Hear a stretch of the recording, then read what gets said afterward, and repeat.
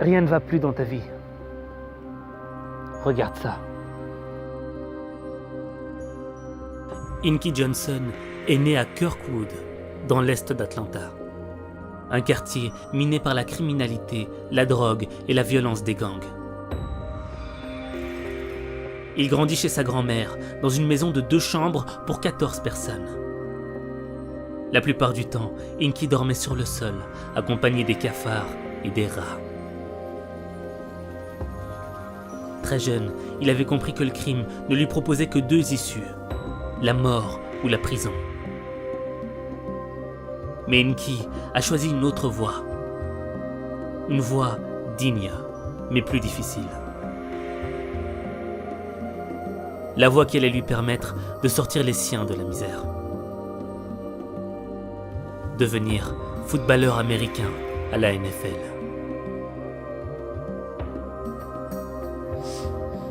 About to get this thing called NFL. You know what it really stands for? Not for long, right? That's what it really stands for, right? And I'm 10 games away from this dream that I wanted my whole life, right? This thing that I've been working for my whole life. My whole life is dedicated to this one game.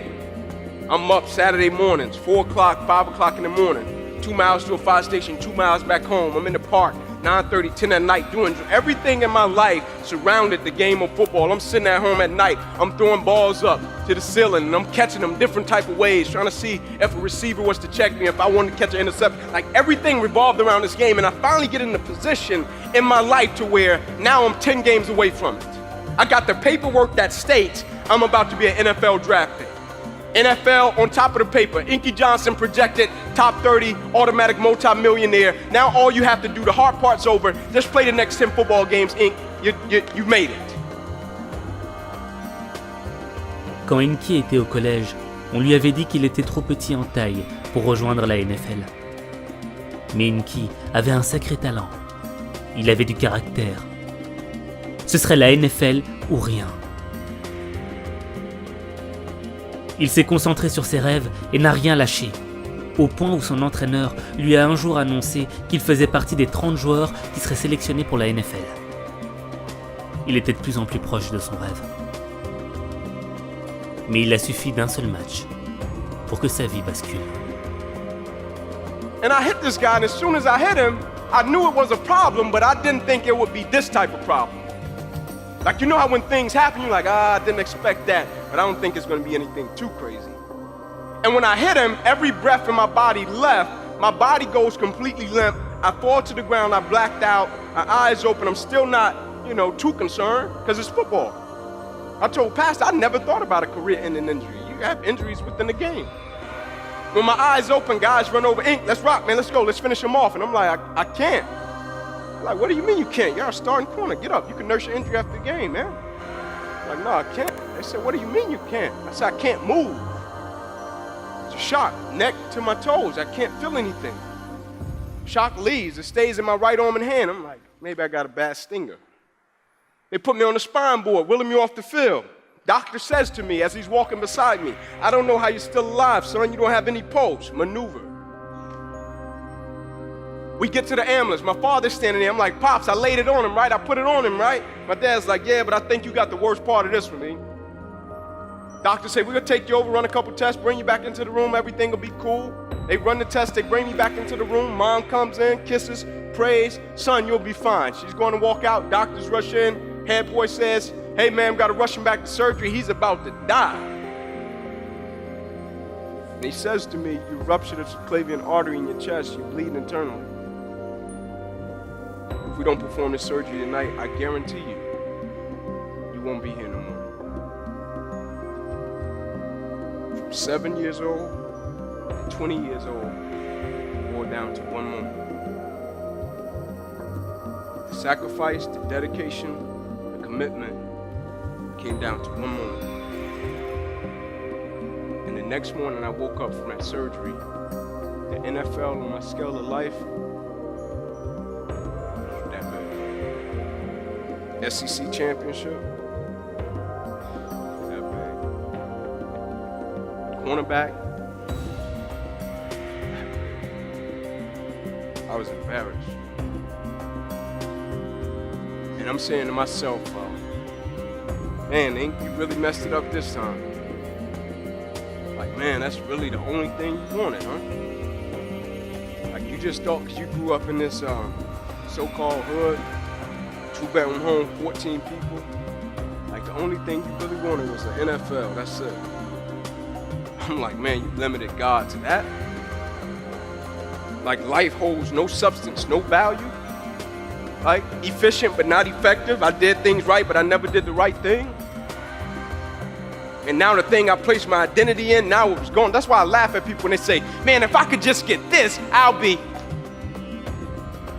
Man, if I could just get this position, I'll be. Woo! Man, if I could just get this amount of money, I'll be. I'm like, woo. But what happens even if you get it or you don't get it? What happens when God says yes and no? Like, do you have the ability to accept what you don't understand? Can you still see God's plan when it didn't go the way that you thought it would go? Can you handle when things get off course? I'm sitting there and I'm thinking, like, man, I'm 8 games away and God is redirecting me. And I'm like, God, just let me get to the NFL, then redirect me. C'est souvent dans les moments où tout va mal que les hypocrites te lâchent. Et que ne restent avec toi que ceux qui t'aiment vraiment. Et autour d'Inky Johnson, il n'y avait plus grand monde. I'm calling the guy answered the phone. He like, Inky, you should have left yesterday. I got you the job. I get to Atlanta, I call the guy, he don't answer the phone. I email him, he don't reply. Now I'm in Atlanta with my daughter, my wife, and we're living with my wife's grandmother in a small little 1-bedroom home, and my daughter is sleeping in a wagon that somebody bought her for her birthday because me and my wife couldn't afford a bed, and my wife is pregnant with our son. And I don't have a job. Mais Inky, il n'a rien lâché. Malgré que son rêve soit parti en fumée, il s'est remis en question. Pourquoi il s'était engagé dans ce rêve? It's like when people say at the beginning, everybody is excited, everybody is on fire, but at a certain point, you hit something along the journey, and it's going to test that level of commitment. At a certain point, you're going to hit something, it's going to test that level of faith. And my definition of commitment was always staying true to what I said I would do long after the mood that I've set it in has left. Like, am I going to stay true to my beliefs and my core and my essence of who I am as an individual, even if I get a paralyzed right arm and hand? Am I going to stay true to it? Even if my little career that I thought I was going to have disappears, am I going to stay true to it? Even if one day I'm in a football game, the thing I love to do, the thing I have been practicing my whole life, and then one moment it gets wiped out, am I going to stay true to it? Malgré tout ce qui lui est arrivé, il a toujours cherché une solution pour s'en sortir dignement. Jusqu'au jour où il a compris qu'il pouvait aider les gens en racontant son histoire, en les inspirant. Son bras droit était peut-être paralysé, mais pas son esprit. Il a redirigé sa vie pour devenir l'un des meilleurs conférenciers des États-Unis. The only thing I ask of you, as talented, as brilliant, as powerful, as beautiful as you are, never allow life to make you forget why you started in the first place. Quand t'es à 1 centimètre de tes rêves, quand t'es à 1 centimètre de changer le cours de ton existence, quand t'es à 1 centimètre de sortir les tiens de la misère, quand tu te passes ce film dans ta tête, quand t'as l'intime conviction que tout va changer demain, mais que ton rêve se fait tirer dessus en plein vol. Qu'est-ce que tu fais? T'as plus envie de rien? T'attends plus rien de la vie? Parce que tu te dis, la vie m'a oublié, elle m'a mis de côté.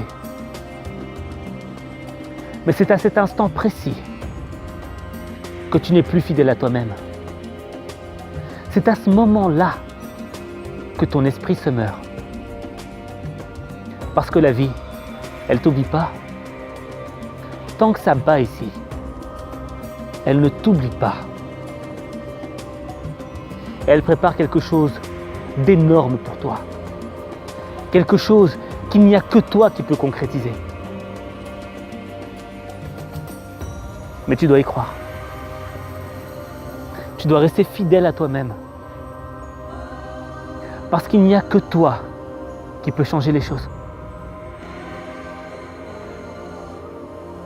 Il n'y a que toi.